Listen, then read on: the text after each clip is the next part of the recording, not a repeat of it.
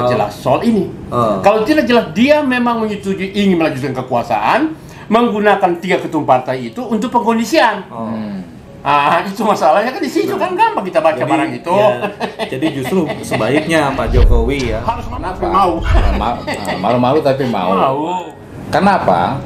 Karena kalau beliau mengungkapkan sesuatu atau mengatakan bahwa gue mau berpanjang nih, gitu. Gue mungkin saja itu mungkin saja. Tapi kan untuk dalam kondisi saat ini sangat berat lah itu, ya alasan-alasan pembenar katakanlah begitu. Secara konstitusional itu untuk saat ini belum memenuhi syarat. Ya, apakah misalnya negara dalam keadaan bahaya?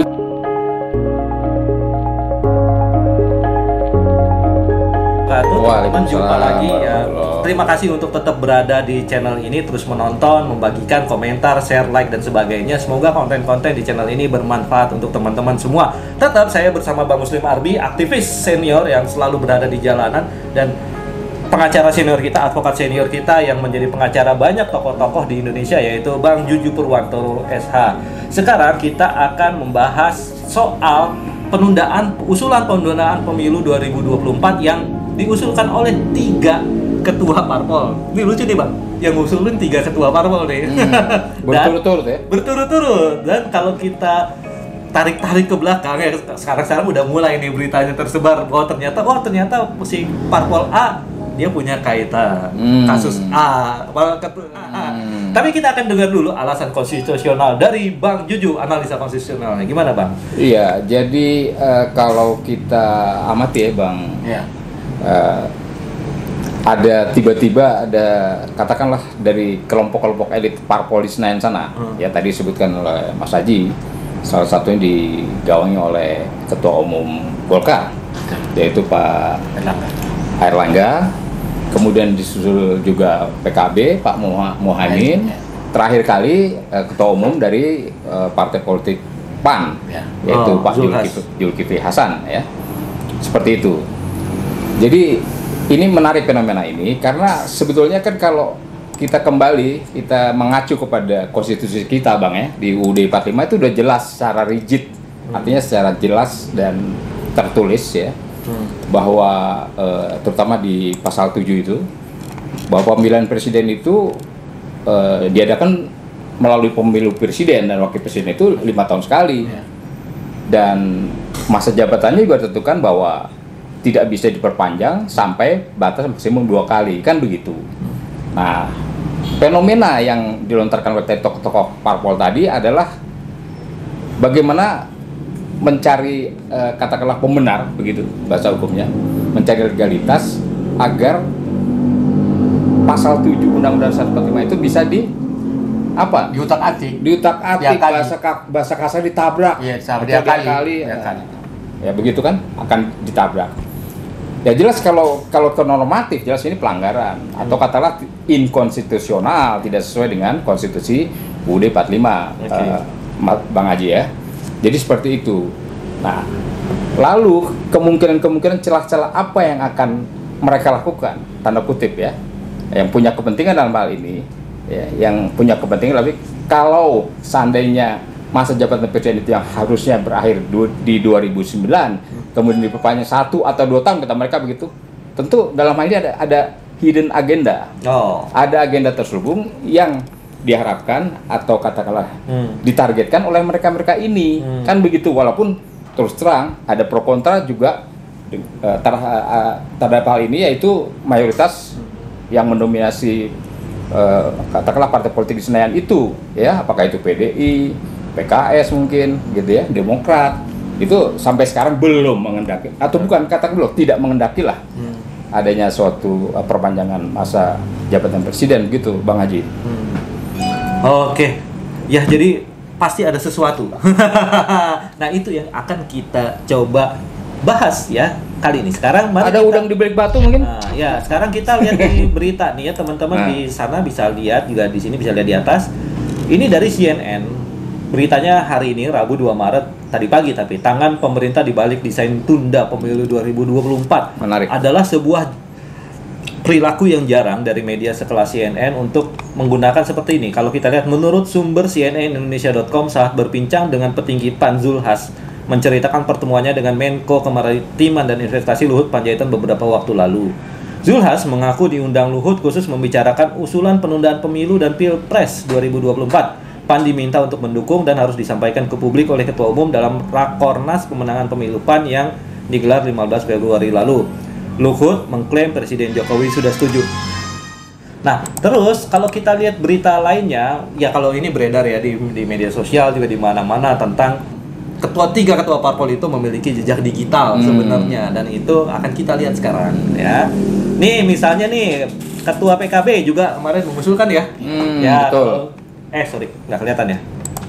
Oke. Ketua PKB ya. Pengamat, kardus durian bisa jadi batu sandungan untuk Caimin nyapres ya. Jadi ada Direktur Rumah Politik Indonesia, Fernando, mengatakan kasus lama seperti kasus durian bisa menjadi batu sandungan ex-Menaker Trans Muhaimin Iskandar. Ya, ini berita tahun 2022. Kemudian untuk Pak Zulkifli Hasan, ini ada berita 14 Februari 2022. Teman-teman bisa lihat di layar ya.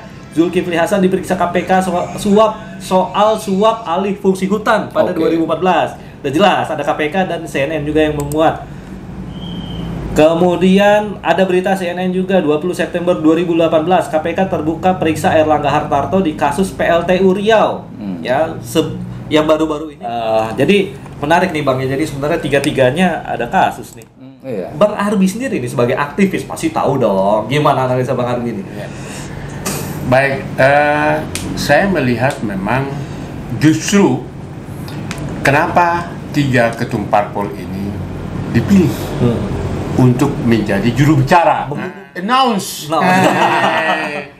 Ya, istana mengannounce, ya kan. Gue ini pingin 3 periode, kalian tahu aja kan, harap tahu. Menggunakan operatornya 3 orang. Menurut tulisan itu adalah Bapak Binsar Panjaitan, Luhut Binsar Panjaitan. Artinya kalau sekelas CNN itu mengangkat itu kan, itu CNN itu kan media jelas, kita sudah tahu kepastiannya. Nah jadi bahwa justru dengan memilih 3 ketum partai yang di dalam mereka punya catatan jejak digital itu bermasalah, ini kan tersandra. Iya. Jadi seolah-olah mereka disandra, lo ngomong tuh. Kalau enggak, gua jelasin lo. Kira-kira begitu pemahamannya. Lu mau nggak itu? Mencurigai seperti itu.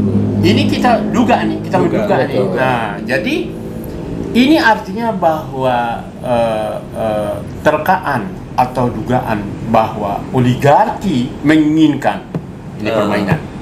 Iya.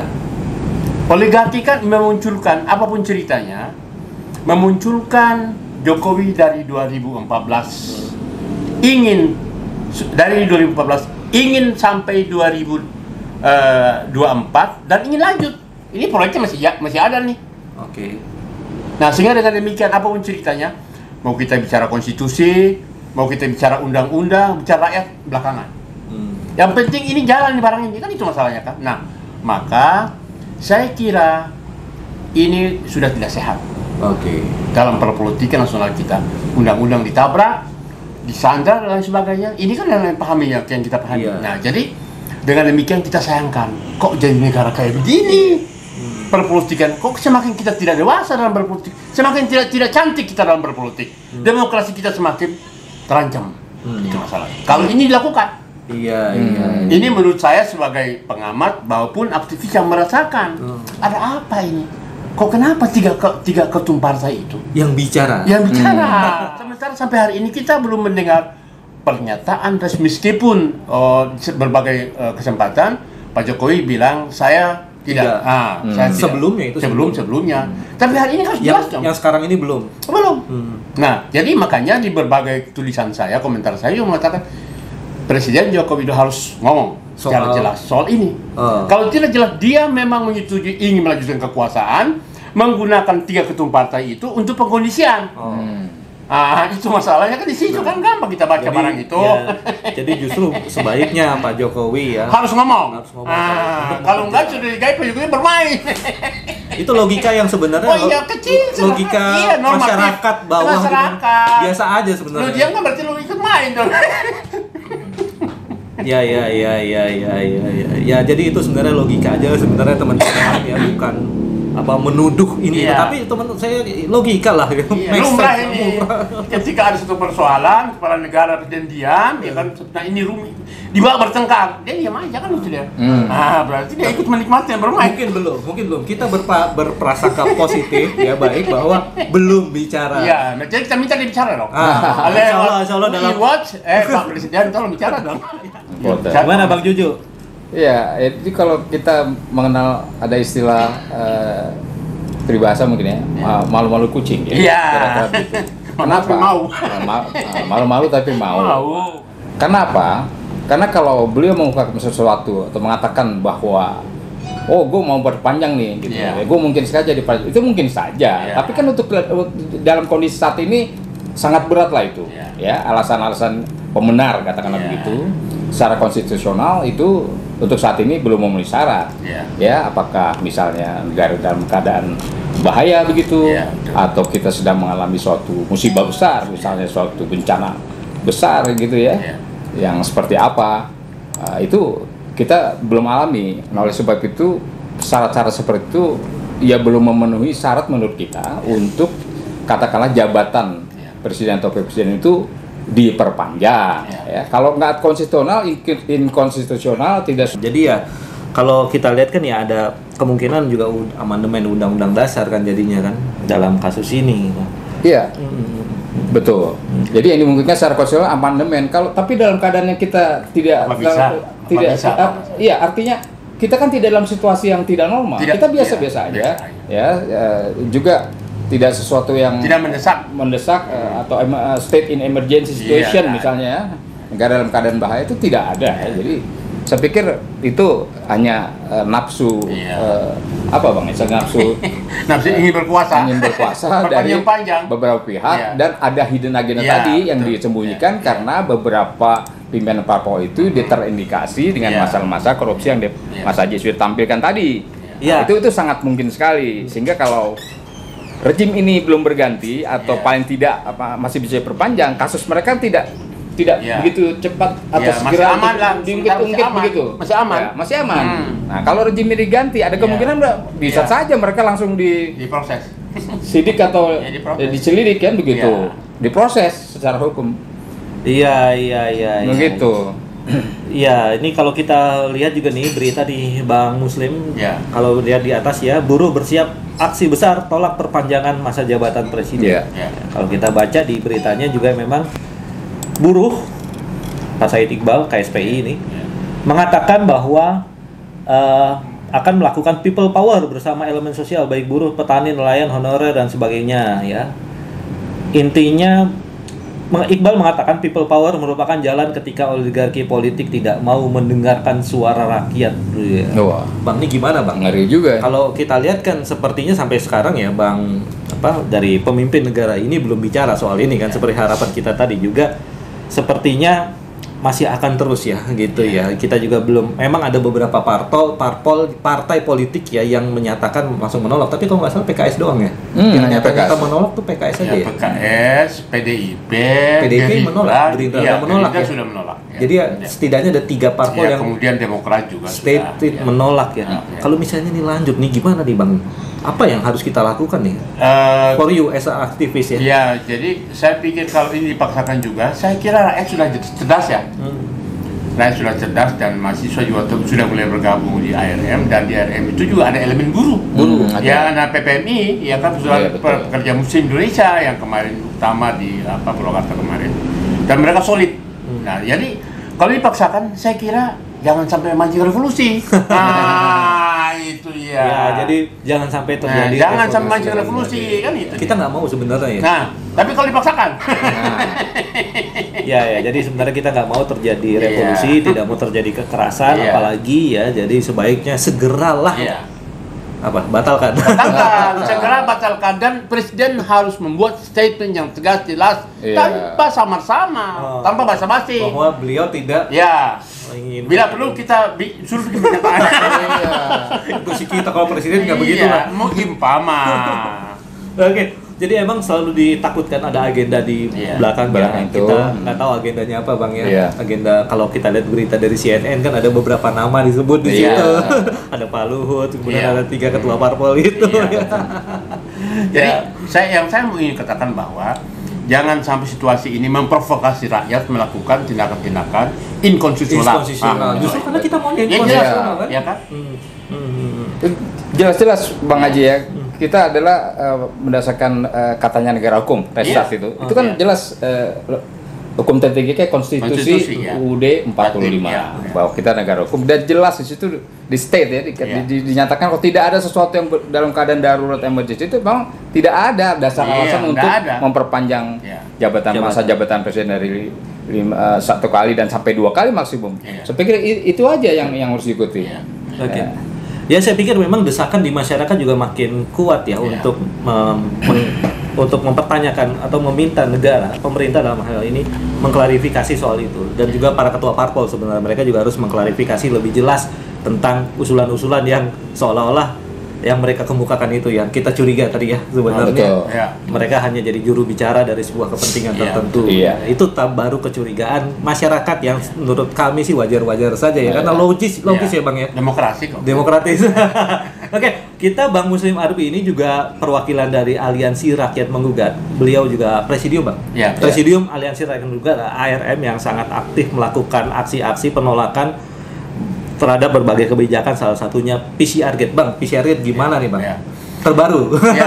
Jadi PCR Gate ini pertama, kami kan sudah mendatangi Kementerian Kesehatan selama 4 atau 5 kali, ya kan. Itu ingin dialog. Tetapi tidak ada satupun pejabat yang datang. Jadi kan berpikir semakin menyebutnya sama beliau ini. Jadi mandatory vaksin kali. Jadi mandatory vaksin di dalamnya kan juga tanya ini PCR ini kan tentang PCR kan tentang masalah-masalah apa namanya terkait. Ini beliau ini. Ini pengacara. Pengacara. Beberapa kali ribut ya kan tegang-tegangan sampai ini bulan negara. Sampai sekarang. Sampai hari ini. Makanya saya punya kesimpulan untuk sementara ini, selama mereka tidak mau dialog, anggap ini perbuatan mafia. Ya wajar saja bahwa masyarakat dalam hal ini Bang Muslim Arbi dan teman-temannya menganggap demikian. Logik ya. Karena mereka tidak buka. Kalau mereka buka pintu dialog kan kami ingin tahu. Dijelaskan. Itu PCR itu kenapa kan gitu ya? Kenapa sampai harganya segitu ya kan? Nah kemudian ini masalah vaksin kenapa dipaksakan? Siapa mandatorinya itu? Siapa yang bermain di balik itu? Perusahaannya siapa? Itu kalau memang negara uangnya siapa kan itu masalahnya kan seperti itu kan. Kan tinggal ngejelasin. Tinggal jelasin susah. Institusi Departemen Kesehatan itu lembaga publik. Itu harus melayani publik. Kenapa? Yang datang juga rakyat mewakili publik itu kepentingan publik. Kenapa mereka nggak mau terima? Kan aneh. Ada itu apa? Terakhir kami ke Menko yang bertanggung jawab sampai PKM kan gitu ya. Itu pun tetap juga. Tidak membuka. Jadi kami semakin hari semakin gelap negeri ini kan.